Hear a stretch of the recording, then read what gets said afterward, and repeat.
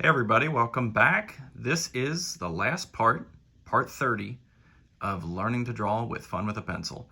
So if you've made it to this video, congratulations. That's a huge accomplishment and I'm really excited that we made it this far in this journey of learning with Andrew Loomis's book, Fun with a Pencil. I had somebody in the last video ask about the last exercise of the book, which is called The Last Hill. And you're looking at the picture that Andrew Loomis drew from imagination completely. And that's the tricky part, because he says, I have chosen a problem here that would be very difficult without some understanding of the fundamentals given in part 3. So I found that looking at this image, really what makes The Last Hill challenging is the hill. So if you look at this little photograph I created of the book itself, I created some horizon lines based off the fact that what might be the actual realistic horizon line of this image.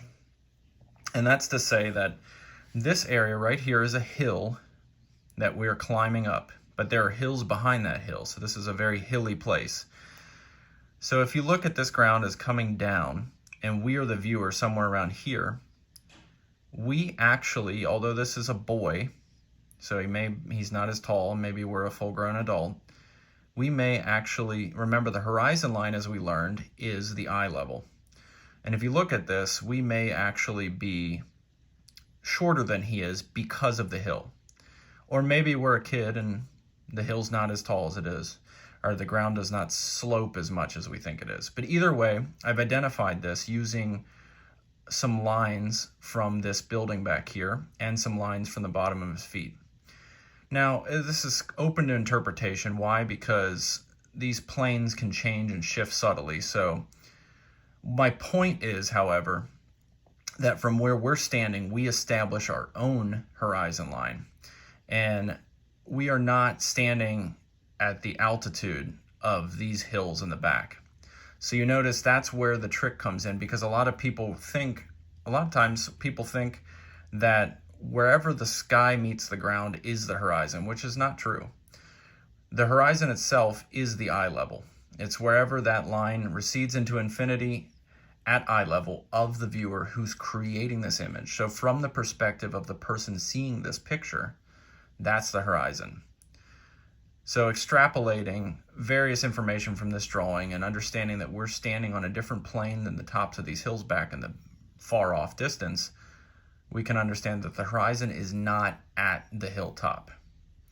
And so that's really the trick. Once we've established that, we can begin to understand why the perspective of these elements here in the foreground are not affected by a horizon that would be the hilltop. If the hilltop was the horizon, the ground would be, right now it's like this, the top of my hand, the top of my fingers.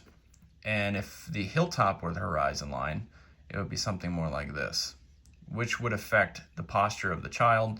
It would create this into one giant slope. It'd be different. There would be a different setup. So let us take up pencil and paper and try to tackle the last hill. All right, guys, let's jump in and let's try to draw this picture. So basically, I'm not going to make this as detailed as his drawing, but just to get the principle across, let's block in the picture plane that we're talking about, like the actual surface of how much. It's basically a little different than a square. It's a little wider than a square.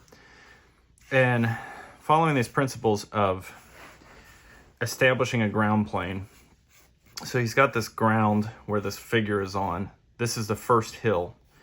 And let's ignore the details of the fence and stuff like that. Let's just put the actual edge of that ground plane, because what you have is a rippling effect of hills. I'm assuming that this is kind of a hill. This looks to me like it is like a subtle gradient where the child that's walking with this picnic basket and the dog is coming up sort of a small hill.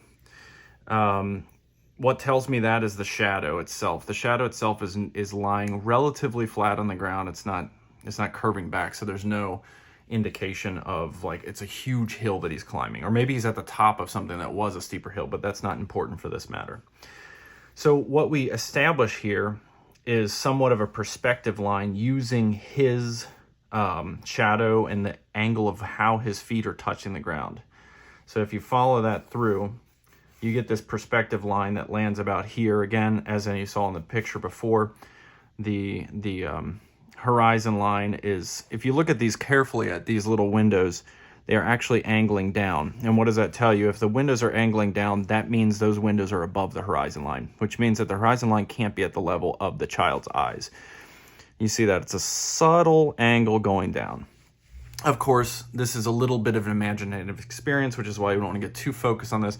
Why is it imaginative? Because, well, we're taking artistic liberties because this hill, this house, we're generally thinking it's built on flat ground, but this hill, you know, it looks like it could be about the same height as this hill here, so it could be on the same ground plane, but it might not be. But we're taking a little bit of liberty here. But to get the idea going, we imagine these things. Another approach is if you want to have like multiple kind of different vanishing points. But the thing is I would focus on that, thinking in terms of perspective of an object when you get to actually drawing the details on the object, kind of keeping in mind of how those windows recede into space, following lines as you can see here. But in this exercise, you can follow what he's drawn first and then replicate that to a degree, understanding the concepts we've learned in this book, like light and shadow, all of this stuff from the very beginning of the book, but especially as he's talking about with part 3, which mainly the main concepts are perspective and light and shadow. So anyways, we're going to kind of follow that thing, not to digress, that those windows are angling down, which puts the perspective about right around the chest of the child, which is it's about, you know, somewhere around here, which means our vanishing point, you know, happens somewhere over here. It's a little lower. Of course, we don't have enough elements pictured on the thing, but just to be aware of that. So if you picture this as a ground plane, you can actually draw this first by considering, remember that exercise, the last exercise where we drew a little three-dimensional rectangular case for, and the child's head is above the horizon line. So if that's the case, then we're going to have a slight angle. But you can do this, there's a lot of ways. We're putting in a principle and practice, and you can take artistic liberties here and do what you want, take what you want from what we've learned before. But I'm just taking from the last video where we created a little tiny case just to get an idea for the child, and then breaking the components of this kid up. You have like right at the bottom of the butt here and the top, so that's a little longer than this part. So I did that little line here. And then you're drawing that in and blocking in the forms like so. Get that little, you know, this is a matter of just roughing it in, following what we're seeing in his drawing here. But as you can see, like, it's not perfect. But as you can see, like, this is utilizing the techniques we've learned so far. And you'll notice that when we get to light and shadow, which I'm going to do, kind of make a pass on that later because we want to get everything kind of drawn in here. But basically, I've kind of roughed it in here. We can put the little picnic basket here. Let me know if you have any questions about how you think of this. But this is basically following this perspective, this rough perspective line I've created.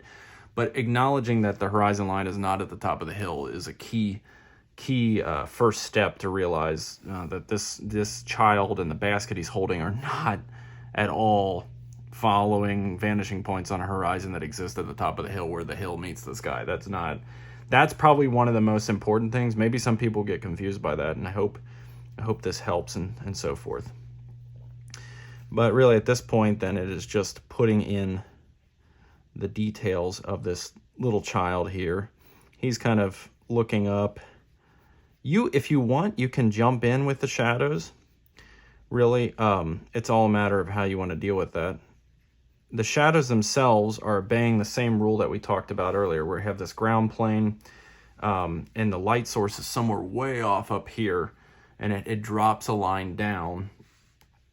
And on the ground plane itself, it becomes, well, you know, what we talked about in previous pages. Let's jump back there. It's talking about the direction of light, the DL, and the angle of light, as well as the source. So the source is somewhere up here. We have that DL down here, and then the angle of light. So if the source is, okay, let's see here. If the shadow is terminating right here, that means that angle is passing from the edge of the shadow to the top of the head, which puts that source very high up. So that would be something like way up here, way off the page, really, actually. This is a very high angle of sunlight, but then at that point you can draw those angles everywhere, basically. It's a very complicated scene, like Andrew Loomis says. It seems complicated, but at the same time, we're able to tackle it because of all the principles we've learned, basically.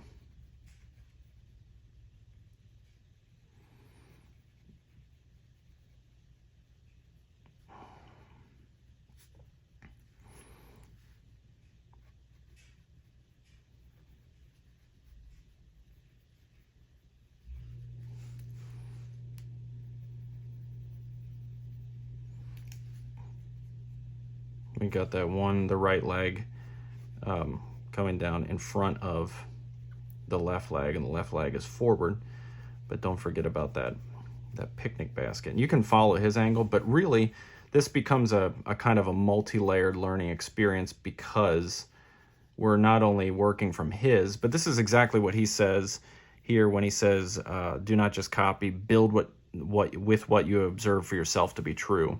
Which is kind of like applying the understanding of the fundamentals while working from something that he's drawn to understand how you can create that. I believe that's the point of this exercise, is to understand how you can create something like this image without actually copying from nature completely. So you can understand how he's arrived at this. I'm just going to block in this child first, and then after that, then we can start to work on the other components.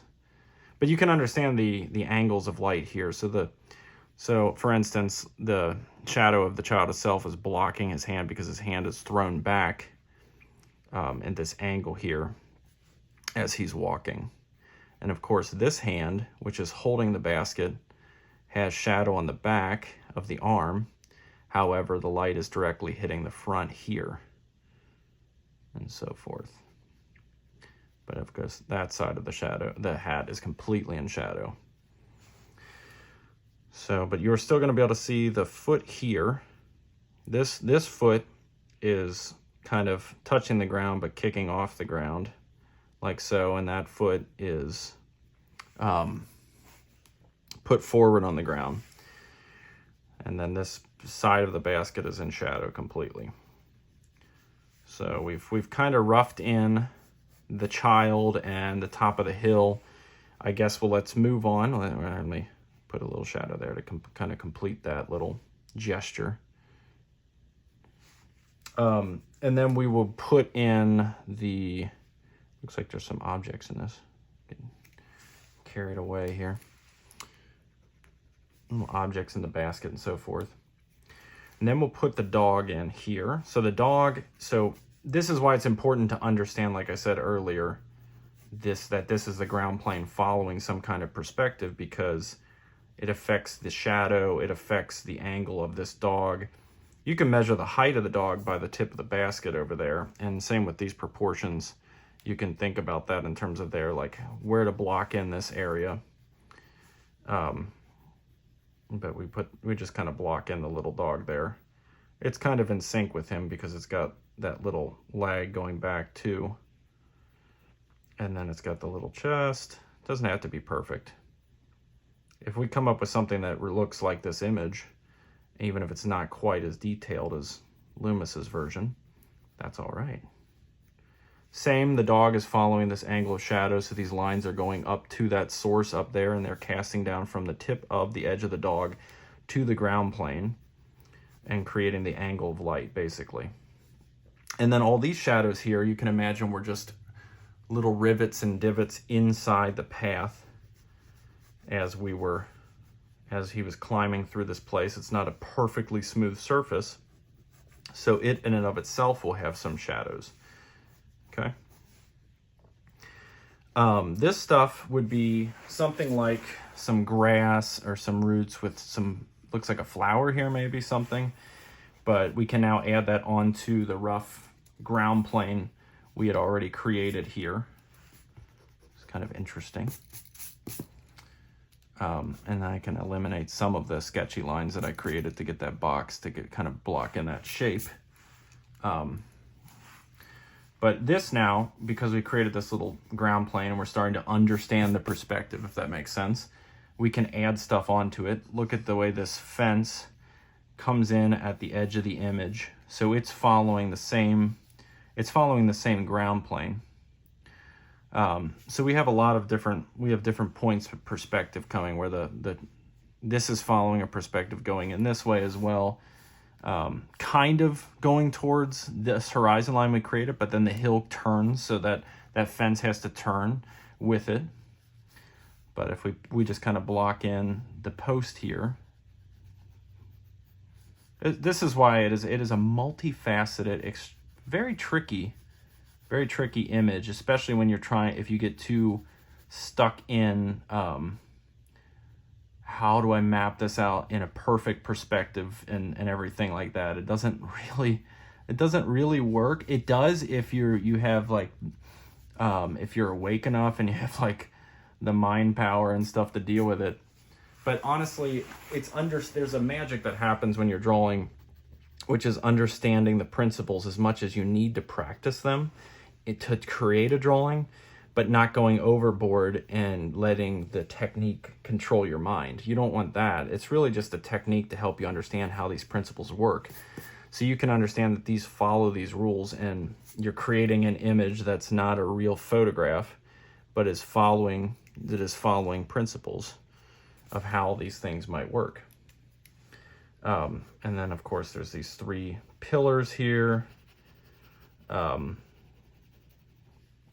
Following there's like really just suggestions of things growing over, perhaps that line was too dark, but things growing over this fence here.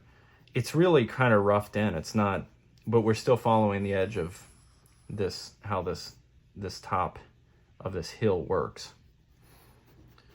And then we have some shadow coming down here following the same angle of light. You can see like an indication, which is really created from understanding more than it is following a very, very specific rule. But we have that fence going in front here.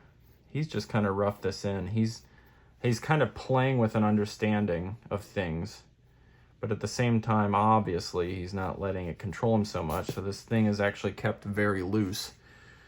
But we're worrying about this front one because this almost follows its own perspective.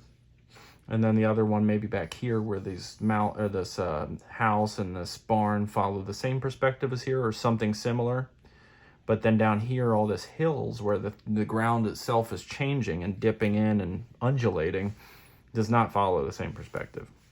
Notice you also have a fence over here, and that's going down, so it's already, but it's still following the same angle of light. The shadows are on the left, so the shadows are all you're seeing there, all on the left side.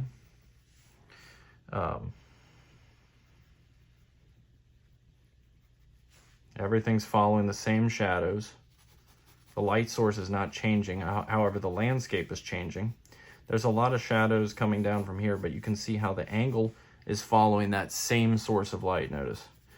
This, I imagine, is not shadow from the fence. This is more like some kind of grass. Like this is a path that's maybe dirt. But this he's drawn like just kind of imaginatively considering that there would be grass around here. Maybe some rocks, some pebbles and stuff like that is what I imagine he's drawn, because honestly, the angle of light is more consistent. So you don't want, this would not be necessarily would be the shadow of the fence, because you can see the way the light's hitting and it's casting these lines down. Obviously open to interpretation, but now, so we can see that there's these shadows and this post of this fence here. And then we have a tree, which honestly is not that hard to do because we don't see where the tree actually hits the ground. So the tree is literally just coming out of the ground at some point and casting up. So this is just a matter of drawing at this point because trees are so organic that they don't really follow. They have their own perspective to a degree because they're so, when things become more organic and they're less square and less, you understand that it's not these things, they're more loose, open to interpretation of how. Obviously they're vertical and obviously they're affected by gravity. And the light is consistent. You have the shadows all appearing on the left side of our image, on the edges of the objects to the left, if that makes sense. And this really is just drawing that tree and how that enters into the, how it spans across the composition basically. But it's very loose the way he's drawn it and so forth. And my tree is not exactly occupying the same, maybe the picture plane goes up a little higher in this image than I've drawn it out here, but that's a little bit beside the point. So we have this image, and now basically you can understand with perspective that there is like a second hill that's happening here, which is where we start to see these other things happening. I imagine that this fence goes down here, the path continues over here. You have this little basket, again, defining that edge so that we can prepare to define how this fence line goes up onto this hill, like so. And then that fence line goes down. Of course, we have to finish drawing that the way it curves down. We've got another post here, and we've got another post here. And then following those boards. And theirs are all affected by shadow, basically. Like so. So that little line can go away. So now we have those little fence posts following those lines, and so forth. You can block in this area. There's a large tree back here, so that can kind of block in and take up. You're basically filling the picture plane. And this is like a shadow that he's drawn, these little shadows, which are quite organic because we're dealing with a tree here, and it follows its own rules about how it's constructed and so forth. And then following this line of fences, notice how here we have these little highlights on the dog that separate the dog from the shadows created by this path here. And so that path itself, first of all, we're kind of jumping all over the place, but let's get that fence in there. So that fence curves around, follows the angles of perspective. You have some hill or some fields here happening here. Basically, I would say the most important part is that it's all following a realistic perspective. And then we have the shadow here, which I'm going to just go and put over the dog itself and then take my eraser and pull out those highlights on the dog itself here.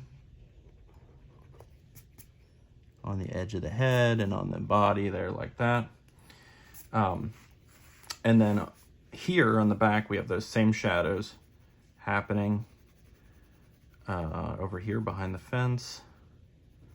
And then we have like a line of trees following towards the house, and they have a lot of shadow. They're also of a darker value, so that's not all due to shadow. That can also be because we're drawing that, the shading, the value of the tree itself. Let's not get back to those that back there just yet. Let's kind of just rough in the house here. If you have any questions, please let me know. Hope you're enjoying this exercise. So this is the house. And basically, I'm not going to try to establish a very explicit perspective. I'm just going to kind of rough in the house, being mindful of perspective, which is I kind of think the direction Andrew Loomis wants us to take with this.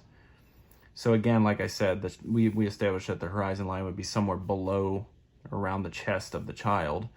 And these, you can see it here that these windows angle down. So they have like this slight angle here.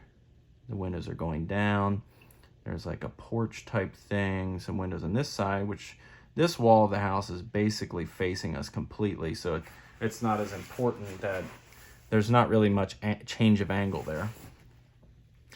This side of the house is in shadow. And why is it in shadow? Because there's a tree. So the roof itself is also partly in shadow. There's a little chimney here. The chimney itself, that's details included that it has a little shadow coming down like that.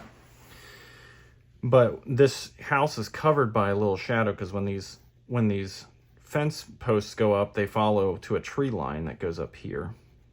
And that tree line basically stops in this space here. And it follows perspective as it diminishes into space. So the largest tree is all the way up here by this house.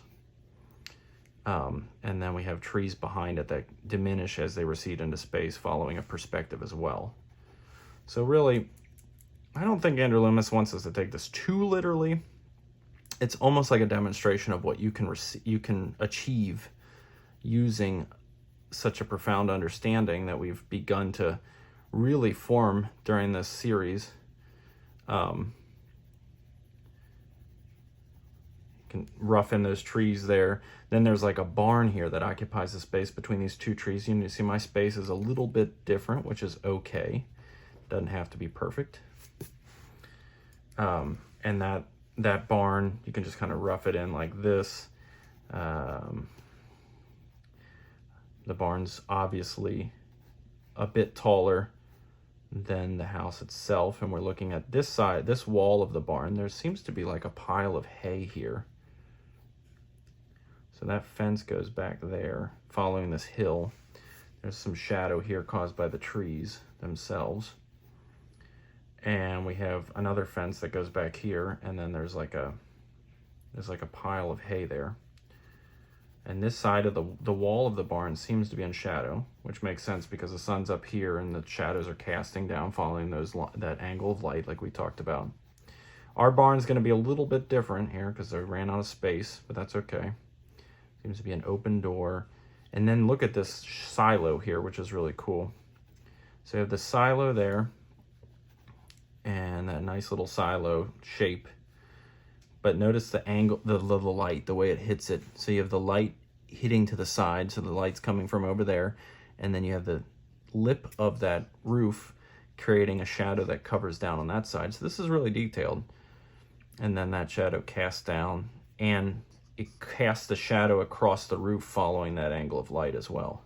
Notice how this angle of light is not the same as our angle of light, which is why, not because our angle of light's wrong, but actually because the roof itself pitches up, which makes sense. If that roof pitches up, it's going to distort that angle of light. So it's really cool to be aware of that stuff, including all of the details, like all the way to the point of including those little details and so forth.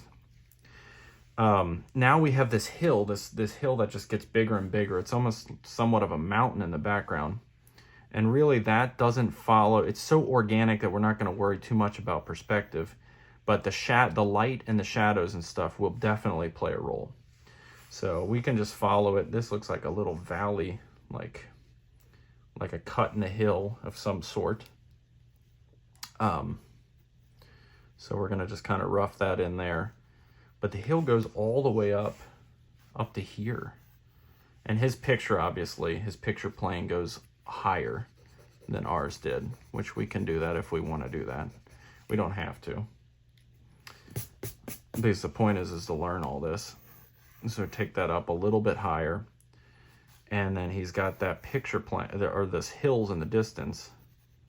And those hills just have all kinds of little forms and little ridges and so forth. And then all kinds of shadows. But the shadows generally follow that rule where the shadows are more to the left of the objects. We have like what appears to be tree lines combined with hills. And this is like an impressionistic, like rough capturing of what we're seeing here. You can see this more shadow over here and more light over here a little bit, which is showing that the light source is more to the right. But actually, in essence, we've captured it. You have these little rivets in the hills as they climb. But in essence, we've captured already what Andrew Loomis has drawn here.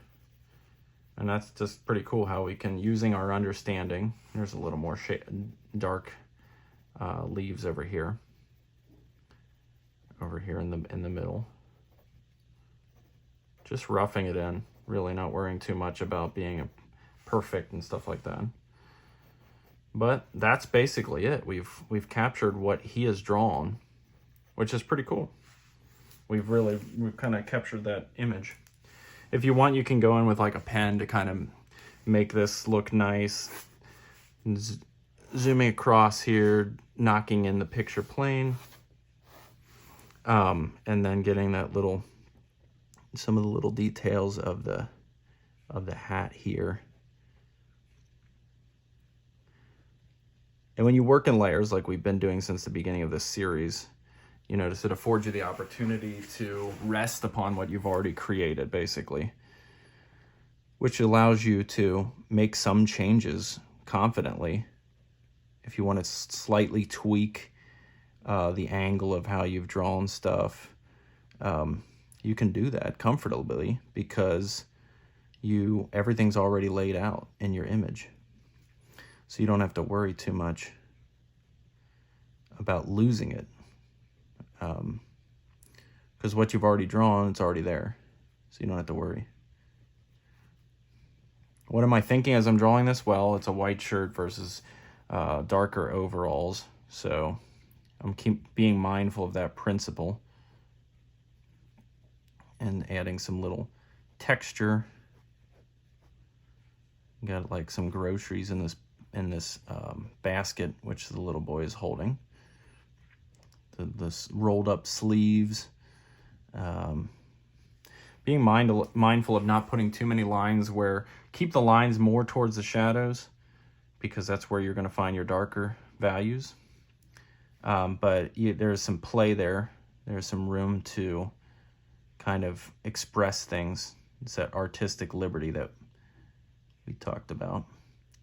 Like I put there on the front to kind of indicate that foot is there. And the shadow, again, you can see it gets that shadow is a little darker. And then you have this little fence.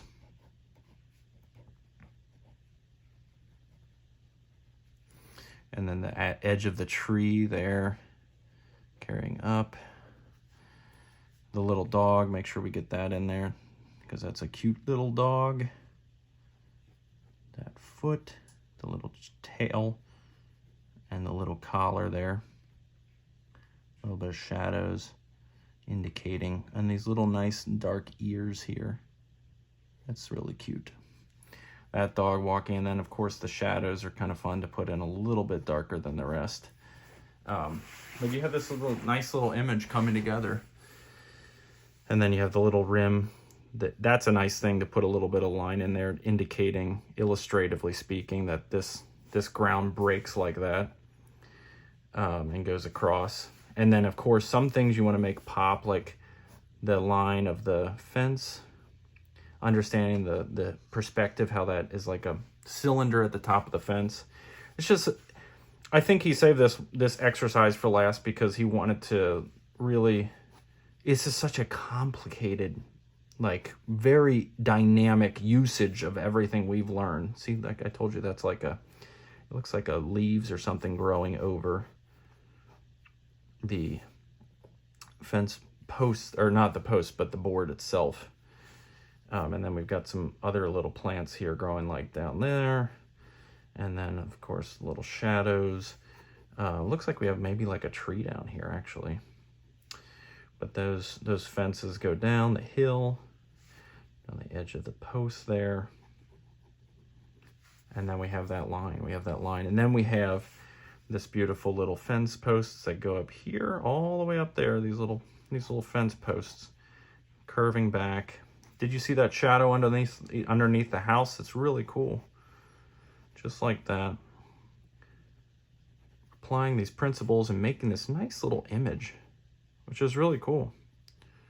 I'm quite pleased with the ability to be able to create something like this just using these principles.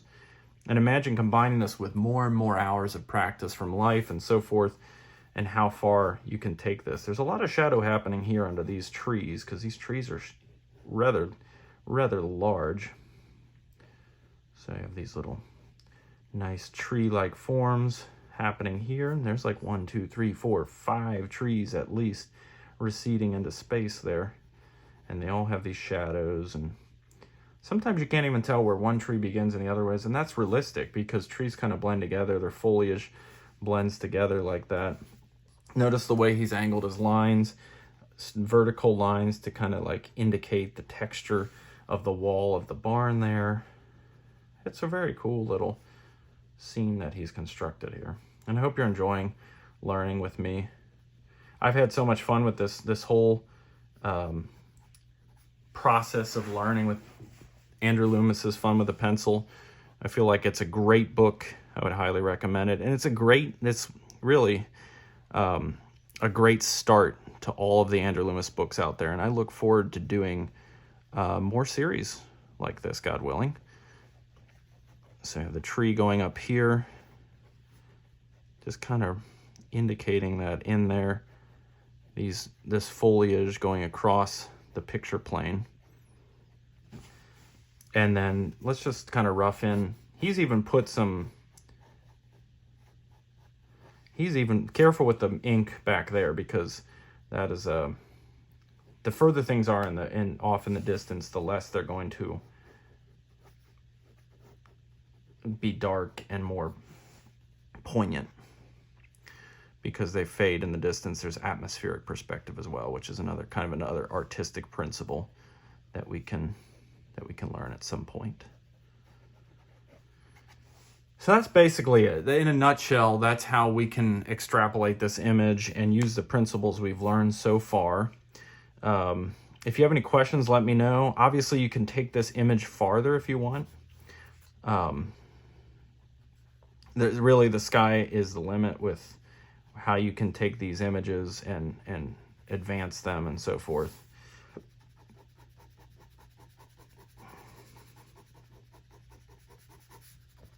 You can just kind of keep going, and so I almost want to sign this image, but I'm not going to. Let's continue with reading that. I hope you enjoyed that exercise. So we've already read this page, just talking about the last hill. And if there have any more questions, let me know about that. This is it. This is basically the end of the book, the author's corner. I'll read this. I guess all you folks will forgive me for reserving a tiny corner of the book as my own. Everything must eventually come to an end, and so with this book, my first effort of this kind. It has been a concentrated effort. At times I have seen the daylight fade and come back again without sleep. Don't we all know that? I'll never tell anybody the actual time it took me to make these. It seems thousands of drawings. I'm sure he would not believe me. I'm dreadfully tired, but immensely happy. It has been intensely interesting, for I have retraced the ground of years ago. It has carried me back to the first struggle for knowledge that might earn me a living. It has reminded me of the early drawings which so often came back.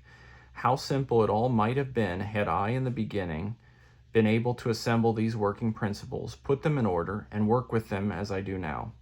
But they were bits of knowledge plucked out of the air like bits of fluff from a seed pod. We have some of those around the house. Only a few within your grasp, just a few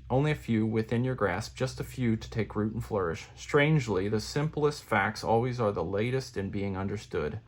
And when they are, that is very true for this book, because there's so many concepts that seem simple, but they take a lot of practice and a lot of effort in drawing to really sink in what is happening.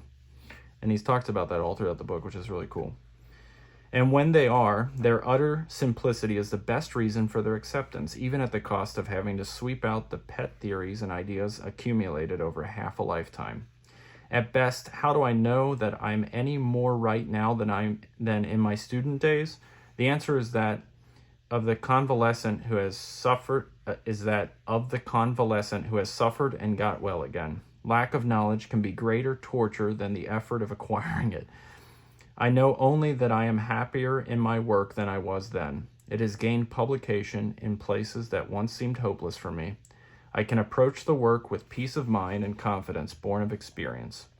This book is an effort to transplant that peace of mind to some few thousand others who otherwise must fall victims to the self-same devices which contrive to make so few men successful and which discourage so many before they can make even a meager start.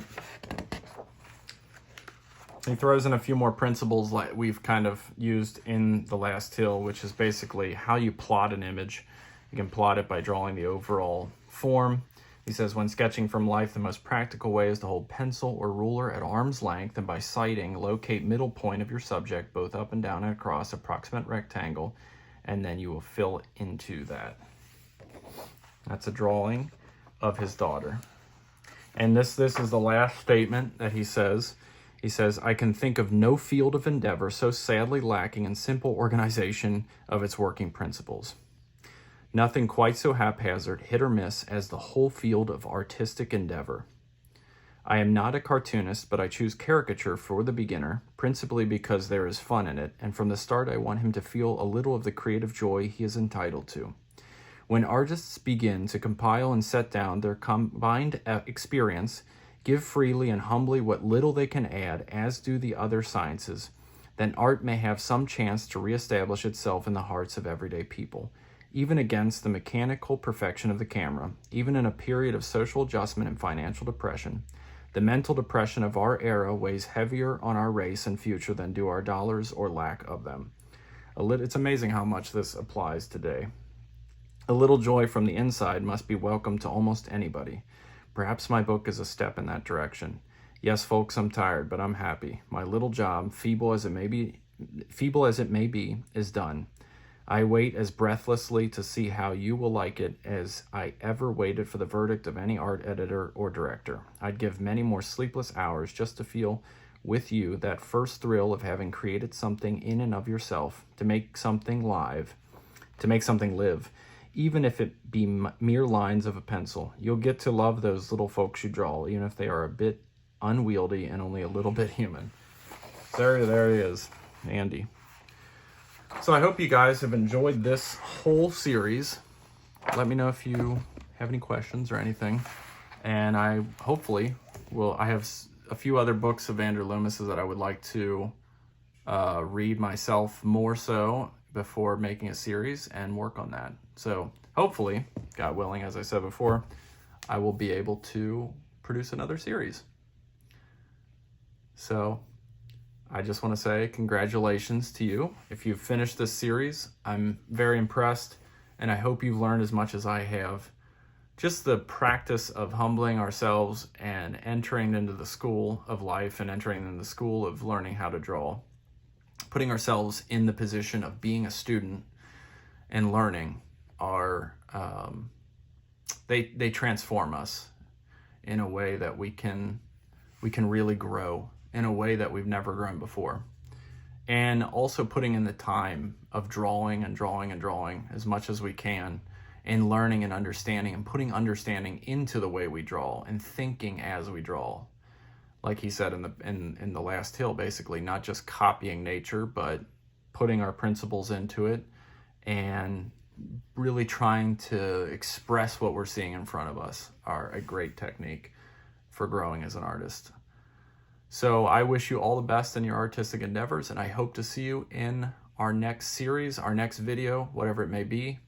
Until then, it's my pleasure to say, God bless you.